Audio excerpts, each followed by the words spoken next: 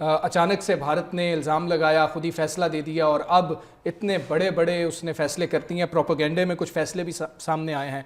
कैसे देख रहे हैं आप भारत ने जो पहला कदम उठाया? जवाब तो पाकिस्तान देगा। खैर देखें जी, इसमें कोई एक्सेप्ट इंडस वाटर ट्रीटी के बाकी तो बुज़दिलाना किस्म के वो रवायती फैसले होते हैं कि आप डिफेंस स्टाफ जो है उनको पर्सनल ऑन डाटा डिक्लेयर कर लें, जो हमारे डिफेंस अटैची या और एडवाइजर्स, डिफेंस एडवाइजर्स हैं जो पोस्टेड होते हैं आर्मी, नेवी, एयर अटैची दिल्ली के, जो हमारा हाई कमीशन है वहाँ पे, कि जी उनको कहे एक हफ्ते में आप वापस चले जाएं। आई एम श्योर हमारा भी यही नॉर्मली ये डिप्लोमेटिक ये एक ट्रेडिशन है, हमारी भी यही कल तक खबर आ जाएगी कि हम उनको कहेंगे कि आपके जो इसी किस्म के जो डिप्लोमेट्स हैं, military diplomats high commission Islamabad ने, उनको भी एक हफ्ते में पर्सनल ऑन डाटा हम डिक्लेयर करेंगे और कहेंगे इनको वापस, ये भी वापस जा रहे हैं। फिर स्टाफ उन्होंने कम कर दिया है, 55 से 30 कर दिया है दोनों हाई कमीशन का। Okay, no problem.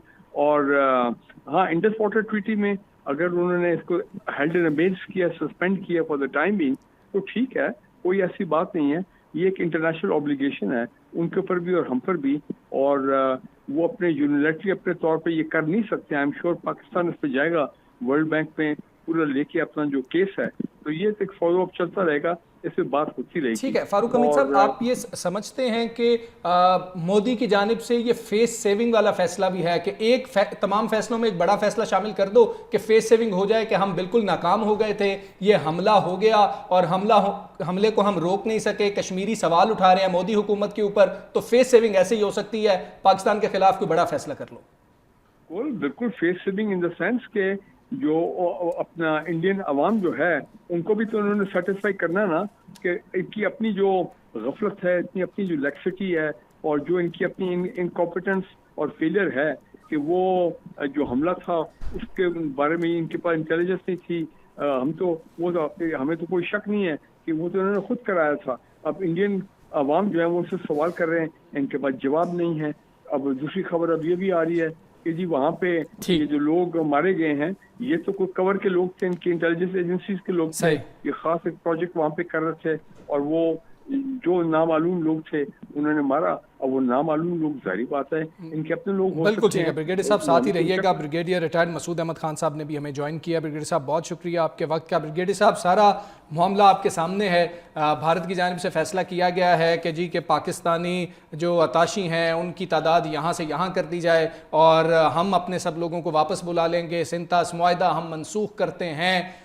खुद ही उन्होंने फैसले तो कर लिए हैं, इसकी इम्प्लीकेशंस भारत ने सोची हैं? वैसे देखें जी, ये तो सोचे समझे बगैर ये फैसले उन्होंने किए, कोई सबूत नहीं दिया कि वहाँ पे जो लोग मारे गए थे किसने मारे, क्या है।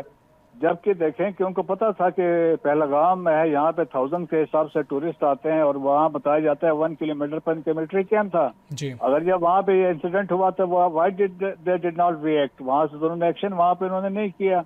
और ये पहली दफा यहाँ पे नहीं हुआ। यहाँ पे एक हिस्ट्री रही है पहलगाम की, और पहलगाम में देखे कि 1995 में यहाँ पे 6 गैर मुल्की जो टूरिस्ट थे वो भी यहाँ से किडनैप हुए थे, बाद में उनका मर्डर हुआ। और एक ग्रुप था अल फारान, उन्होंने क्लेम किया हमने ये किया है, तो वो बाद में पता चला वो तो रा वालों के तरफ से वो काम कर रहे थे। और इस पर एक किताब लिखी गई है द मीडोज, उसमें ये चीजें सारी बयान थी। तो अभी देखिए यकतरफा तौर पे सिंतास माहिदा खत्म करने से कोई फर्क नहीं पड़ता, क्योंकि ये देखें वर्ल्ड बैंक ने ये करवाया था, 9 साल इसमें लगे, बातचीट हुई और नेहरू और प्रेसिडेंट अयूब ने इस पे साइन किए थे। और इसमें प्रोविजन है कि इसमें कोई चीज होती है तो वर्ल्ड बैंक इसमें मीडिएट करेगा और इसमें न्यूट्रल एक्सपर्ट्स आएंगे। Pakistan can go to the International Court of Justice, International Court of Arbitration है हेग में, पाकिस्तान पहले भी गया है। तो ये आसान काम नहीं है कि वो अपने मर्जी से वो कोई फैसला करे और वो उसको इम्प्लीमेंट करे। देखें जब इस तरह के दुनिया में ममालिक फैसले करना शुरू कर दे तो world order will collapse, so which is not possible. कल शिमला माहिदे का क्या होगा, कराची एग्रीमेंट का क्या होगा और दूसरे माहिदों की क्या हैसियत होगी, तो इट्स नॉट दैट इजी। ठीक है ब्रिगेडियर साहब, ये भी कहिएगा कि चलें ये सिफारती जंग तो है, लेकिन पाकिस्तान और भारत में जब भी कोई टेंशन क्रिएट होती है तो न्यूक्लियर वॉर की बात होती है, और अभी भी भारतीय मीडिया बहुत ज़्यादा प्रोपेगेंडा कर रहा है कि जी ये न्यूक्लियर वॉर है तो हम तैयार हैं उसके लिए।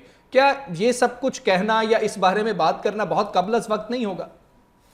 वो कबल अज़ वक्त है। देखें, ये इस तरह के बातचीत आपको याद हो तो उनका राजनाथ सिंह ने भी पिछले एक दफा कहा था कि जो हम इसको वायलेट कर सकते हैं फलानी एंड सो।